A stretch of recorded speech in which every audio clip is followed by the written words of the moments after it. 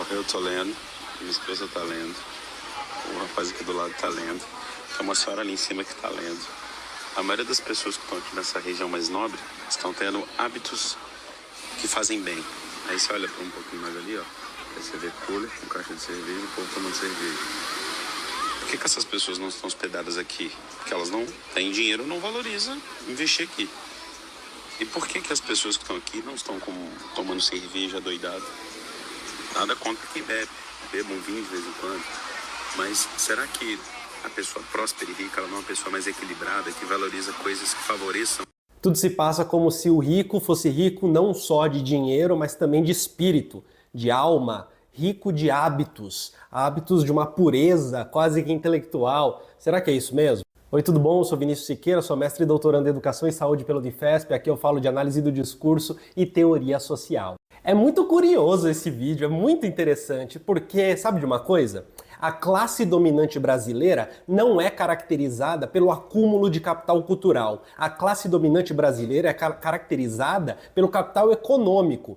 E quando a gente para pensar sobre essa coisa das classes dominantes que têm grana, tempo e podem cultivar uma cultura com mais facilidade comparado às classes proletárias, isso é uma realidade talvez na Alemanha, na França, onde de fato você tem uma junção do capital econômico e capital cultural. No Brasil, não é assim que a coisa se deu.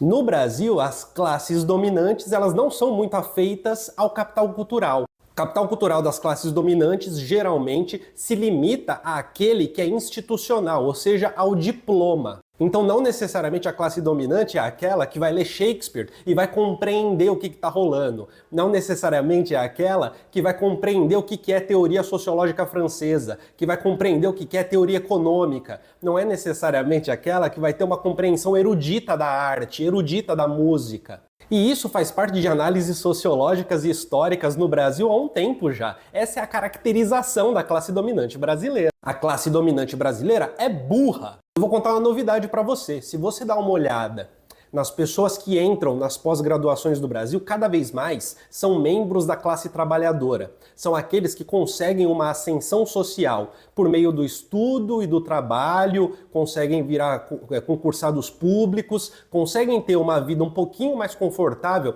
e menos apressada, principalmente, e vão lá e fazem um mestrado, um doutorado e tentam resolver problemas reais do dia a dia, principalmente nas ciências humanas. Mas fora dela também. Por que eu estou dizendo isso? Porque no Brasil, a intelectualidade, né, essa coisa do acúmulo do capital cultural, ele está principalmente dentro das universidades e não nas famílias tradicionais, que talvez existam e pouquíssimas no Brasil. A universidade não é só um polo de educação e pesquisa, mas é um polo de concentração de intelectualidade brasileira. Pierre Bourdieu, que é um intelectual francês, um sociólogo da França, ele diz que no cenário francês, os professores universitários, pesquisadores universitários, eles se situam na camada dominada da classe dominante, porque eles têm uma influência na sociedade como um todo, por conta do alto acúmulo de capital cultural, mas nem tanto porque não tem um alto acúmulo de capital econômico. Eu diria de bate-pronto que talvez no Brasil, se for para lidar com essas categorias, os professores universitários, pesquisadores de universidade, se situam na parte dominante da classe dominada. Ou seja, são proletários que ganham um bom salário quando são concursados e têm uma carreira. Mas ainda assim só conseguem participar ativamente de decisões políticas, coisas nesse sentido que envolvem pensar em sociedade como um todo, quando estão junto de movimentos políticos, quando estão junto de coletividades, não conseguem representar por si só essa coletividade. Ei, deixa eu te dar um recado rápido. Hoje nós vivemos numa sociedade do consumo, em que a nossa felicidade, a maneira como nós nos portamos, a nossa cultura e a sociedade estruturalmente, ela é conduzida e construída em cima do consumo. Isso é uma tese de Zygmunt Bauman. E se você quiser aprender um pouco mais sobre isso, curso do Colunas Tortas, Como Entender a Sociedade do Consumo segundo Zygmunt Bauman, link na descrição e no comentário fixado. Ministrado por mim, com certificado, acesso vitalício, e se você tiver alguma dúvida, é só falar comigo e a gente pode conversar. Todos os inscritos no curso podem trocar ideia tranquilamente para matar suas dúvidas comigo. Se você gosta do Colunas Tortas, apoie o Colunas Tortas e se inscreva no curso. De novo, link na descrição e no primeiro comentário fixado. O que eu tô querendo dizer aqui é que a classe dominante como um todo, ela não é feita de intelectuais, não tem essa pira maluca. E mais do que isso, o que eu tô querendo dizer aqui é que essa forçação de barra para associar riqueza de grana a uma riqueza de espírito, cara, isso é uma coisa tão fajuta, porque no próprio vídeo,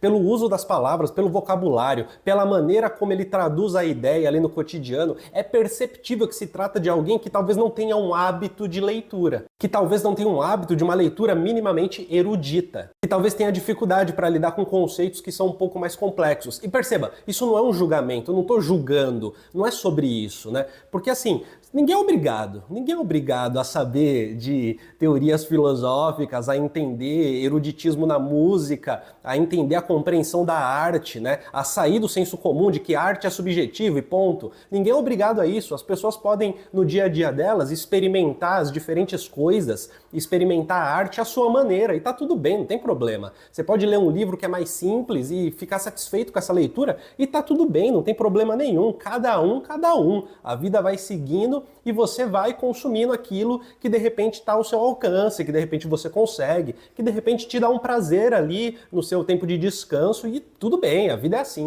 Mas perceba como que essa classificação forçada da riqueza da grana com a riqueza do espírito faz parecer que quando você vê um rico na sua frente, você está vendo uma pessoa que pensa melhor. Você está vendo uma pessoa que não só pensa melhor, como é alguém intelectualizada, supostamente. E alguém que está bebendo na praia, está curtindo ali um momento, bebendo e trocando ideia, aquilo ali, ó, inferior. Tá num lugar inferior, não tá fazendo bom uso da razão. Você que trabalha de segunda a sexta na fábrica, na loja, no posto de gasolina, e no fim de semana você desce pra praia para ficar uns dias, 2 dias, né? Para ficar um tempo, faz um bate-volta na praia, você não faz um uso correto da razão. Porque se você fizesse, talvez você não fosse balcão de farmácia, talvez você não fosse frentista, talvez você não fosse estoquista. A ideia é essa. Né? O teu emprego ruim é culpa tua, porque você não usa a sua cabeça. E como você não usa a sua cabeça, você não tem acesso a espaços que são mais exclusivos. E como você não tem acesso a espaços que são mais exclusivos, isso demonstra a sua baixa intelectualidade, o seu baixo bom uso da razão. Junto a isso, dá até para ir para outros caminhos, né? Porque a ideia que é muito comum de que se alguém é rico é porque a pessoa é inteligente, porque se não fosse inteligente não seria rico, é uma coisa assim, ela só existe dessa maneira, ela só existe desse jeito porque talvez seja muito difícil cultivar algum tipo de capital cultural no Brasil, de se compreender o que é esse capital cultural, de identificá-lo. É muito difícil de compreender isso, e principalmente porque as classes dominantes não têm nenhum capital cultural, não conseguem demonstrar a sua existência, não conseguem demonstrar na prática, não conseguem demonstrar isso a partir de práticas sociais que têm algum acúmulo cultural legitimado. Perceba que quando eu falo de capital cultural, o que eu estou falando é do acúmulo de certa cultura legitimada, não é da cultura em abstrato, né, que eu estou falando aqui. Capital cultural é um conceito que serve para falar sobre relações de poder, acima de tudo, não serve para falar sobre inteligência.